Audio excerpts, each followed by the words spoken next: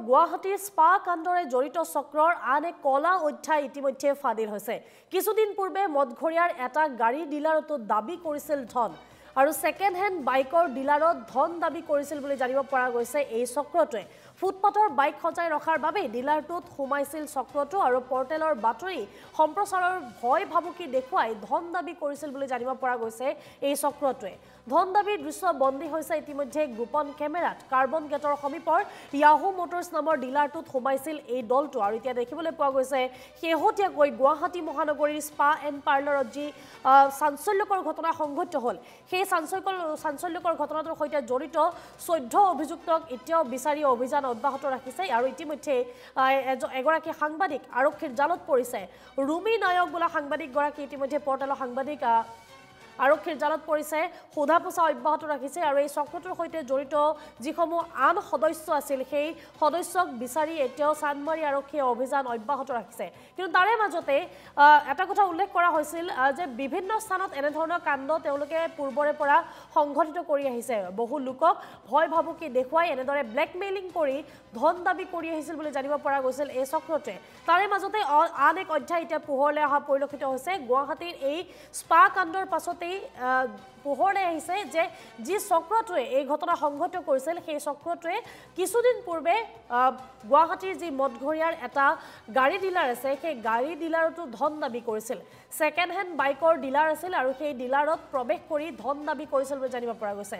যিহেতু ডিলাৰসমূহত বাইকসমূহ ৰখুৱাই থোৱা দেখিবলৈ পোৱা যায় আৰু তেনেধৰণৰ কিছু ভয় ভাবুকি দেখুৱাই ধন দাবী কৰিছিল বুলি জানিব পৰা গৈছে।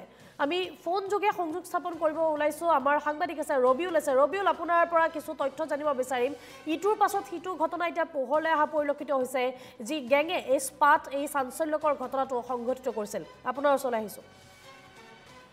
চন্দনা, যিটো ঘটনা আচলতে সমগ্ৰ গুৱাহাটীতে তোলপাৰ লগাইছে এখন স্পা চেলুন আৰু সেই স্পা চেলুনৰ এটা ভুৱা সাংবাদিকৰ দলৰ অনাধিকাৰ প্ৰৱেশ আৰু তাৰ পাছত ভয়ংকৰ কিছু সত্য আৰু সেই ঘটনা যেতিয়া পোহৰলৈ আহিছিল NK TVৰ জৰিয়তে পোহৰলৈ আহিছিল, বিভিন্ন সংবাদ মাধ্যমত সেই ঘটনা এতিয়া পোহৰলৈ আহিছিল আৰু তাৰ পাছতে আৰক্ষীৰ অভিযান আৰম্ভ হৈছিল, আৰক্ষীৰ তদন্ত প্ৰক্ৰিয়া আৰম্ভ হৈছিল আৰু তাৰ পাছত এগৰাকী মহিলা সাংবাদিক, নিজকে সাংবাদিক বুলি দম্ভালি মৰা যিগৰাকী ৰুমিনাথ, সেই ৰুমিনাথৰ এই গোটেই ঘটনাৰ অন্যতম খলনায়ক আছিল ৰুমিনাথ আৰু সেই ৰুমিনাথক ইতিমধ্যে চান্দমাৰী আৰক্ষীয়ে গ্ৰেপ্তাৰ কৰিছে আৰু ৰুমিনাথক গ্ৰেপ্তাৰ কৰাৰ পাছত বিভিন্ন তথ্য ইতিমধ্যে চান্দমাৰী আৰক্ষীয়ে লাভ কৰিছে। ৰুমিনাথৰ যিটো মোবাইল ফোন, সেই মোবাইল ফোনটোত আৰু যিটো কেমেৰা, সেই কেমেৰাত বিভিন্ন আপত্তিজনক ভিডিঅ' ইতিমধ্যে আৰক্ষীয়ে লাভ কৰিছে।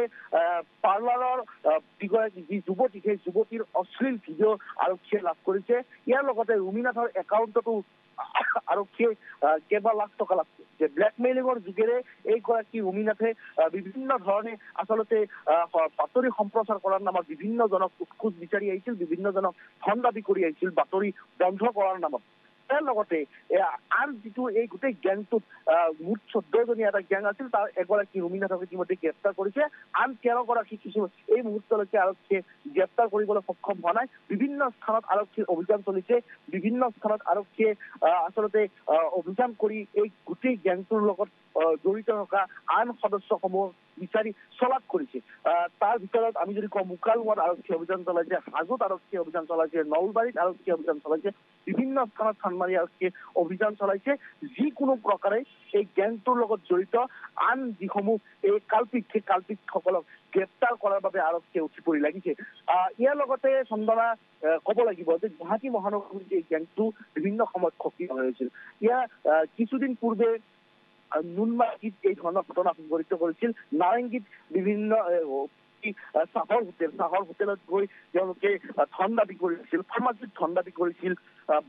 যি বালি মহল, সেই বালি মহলতো গৈ ধন দাবী কৰাৰ উদাহৰণ এই যি গেংটোৰ বিৰুদ্ধে আছে। ইয়াৰ লগতে কেইদিনমান আগত এখন গেৰেজত গৈছিল VIP ৰোডৰ, সেই গেৰেজখনতো গৈ তেওঁলোকে ধন দাবী কৰিছিল। এই ধৰণে এই গোটেই গেংটোৱে গুৱাহাটী মহানগৰীৰ বিভিন্ন স্থানত কেৱল এই যিখন পাৰ্লাৰৰ কথা পোহৰলৈ আহিছে, কেৱল এই পাৰ্লাৰখনেই নহয়, নহয় গুৱাহাটী মহানগৰীৰ বিভিন্ন পাৰ্লাৰত এই গেংটোৱে গৈ প্ৰথমে তেওঁলোকে অনাধিকাৰ প্ৰৱেশ কৰে তাৰ পাছত বলপূৰ্বকভাৱে তেওঁলোকে ভিজুৱেল সংগ্ৰহ কৰে আৰু তাৰ পাছত সেই বাতৰি সম্প্ৰচাৰ নকৰিম বুলি তেওঁলোকে বাতৰি সম্প্ৰচাৰ কৰিম বুলি তেওঁলোকে ভাবুকি দিয়ে আৰু ধন দাবী কৰে এই গোটেই ঘটনাটোৱে আচলতে কেৱল গুৱাহাটী মহানগৰীকে বা এই ধৰণৰ ঘটনা নহয় এই অসমৰ বিভিন্ন প্ৰান্তত এই গেংটোৱে সক্ৰিয় হৈ আৰু এই গেংটোৰ এই কৰ্মকাণ্ড আচলতে সমগ্ৰ সংবাদ মাধ্যমকে লজ্জানত কৰিছে কিন্তু আৰক্ষীয়ে প্ৰায় নিশ্চিত হৈছে যে এই গেংটোৰ লগত জড়িত যিসমূহ সদস্য সেই সদস্যসকলৰ ক্লু ইতিমধ্যে আৰক্ষীয়ে লাভ কৰিছে শীঘ্ৰেই এই গেংটোৰ লগত জড়িত আন 13 গৰাকী সদস্যক শীঘ্ৰেই আৰক্ষীয়ে জালত পেলোৱাৰ সম্ভাৱনা আছে এই গেংটোৰ লগত জড়িত আন এগৰাকী চিন্তু আলী এই চিন্তু আলীয়ে আচলতে তেওঁ যি ধনৰ লেনদেন সেই ধনৰ লেনদেনত তেওঁ নামি পৰে আৰু তেওঁ যোগাযোগ কৰে ভিক্টিমৰ সৈতে তেওঁ যোগাযোগ কৰি আচলতে কিমান ধন দিব লাগিব কি কৰিব লাগিব এই গোটেই ঘটনাটো আচলতে এই চিন্তু আলীয়ে গোটেই সংঘটিত কৰে এই গোটেই তথ্য ইতিমধ্যে চানমাৰীয়া আৰক্ষীয়ে লাভ কৰিছে আৰু চানমাৰীয়া আৰক্ষীয়ে লাভ কৰাৰ পাছত তদন্ত প্ৰক্ৰিয়া ক্ষিপ্ৰতৰ হৈছে শীঘ্ৰেই আন আটাইগৰাকী কালপিত শীঘ্ৰেই আৰক্ষীৰ জালত পৰাৰ পূৰ্ণ সম্ভাৱনা আছে চন্দনা এই মুহূৰ্তত আপোনাক ধন্যবাদ জ্ঞাপন কৰিছোঁ শেহতীয়া তথ্য জনোৱাৰ বাবে আৰু এতিয়া এনেদৰে দেখিবলৈ পোৱা গৈছে শেহতীয়াকৈ গুৱাহাটী স্পাত যি ঘটনা সংঘটিত হৈছিল সেই চক্ৰটোৱে এনেধৰণৰ ঘটনা পূৰ্বৰে পৰা সংঘটিত কৰি অহা বুলি জানিব পৰা গৈছে শেহতীয়াকৈ মদঘৰীয়া তেনেধৰণৰ ঘটনা সংঘটিত হৈছে তাৰ পূৰ্বেও এটা গেৰেজত গৈ 6 মাইলৰ ফালে এটা গেৰেজত গৈও এনেধৰণৰ ঘটনা সংঘটিত কৰিছিল বুলি জানিব পৰা গৈছে